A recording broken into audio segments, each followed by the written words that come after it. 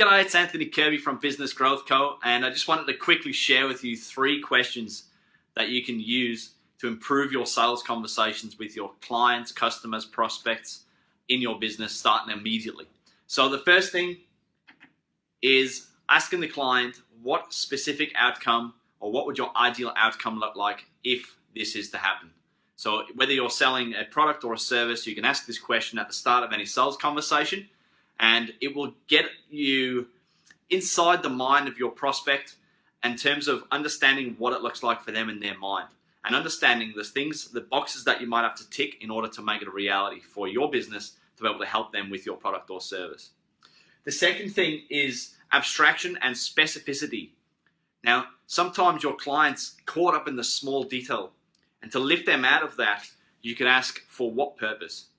So if the client is getting really caught up on something and saying, it really has to have a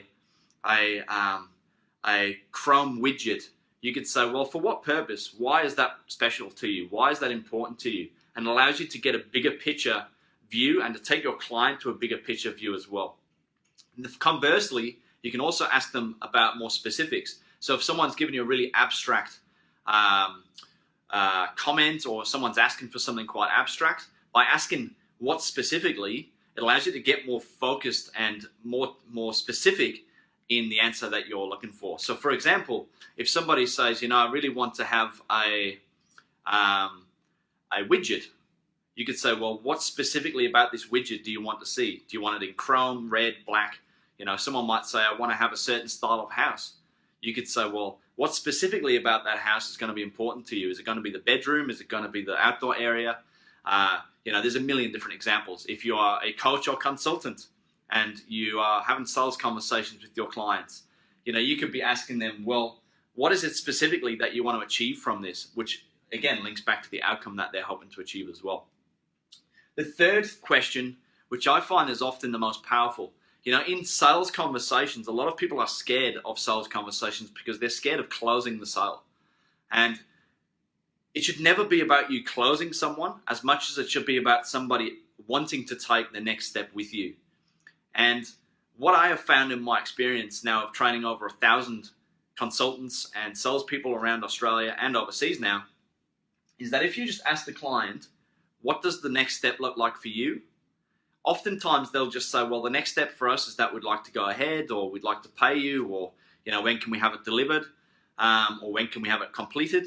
So it takes you naturally to that sales close or that end of conversation or the transaction.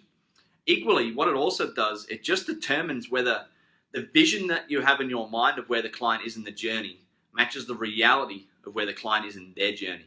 Because a lot of the time, salespeople can get a little bit lazy, sales conversations can get a little bit sloppy, and we forget to take a certain step. We forget to have a certain type of conversation about product or the service on offer.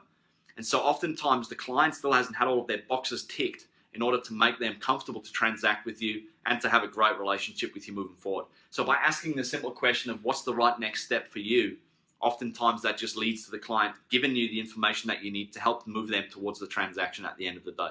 I hope this has helped you. If it has, make sure you subscribe for future videos and share it with anyone else who you feel may benefit from seeing it. I'll speak to you later. I'm Anthony Kirby. I'll see you around.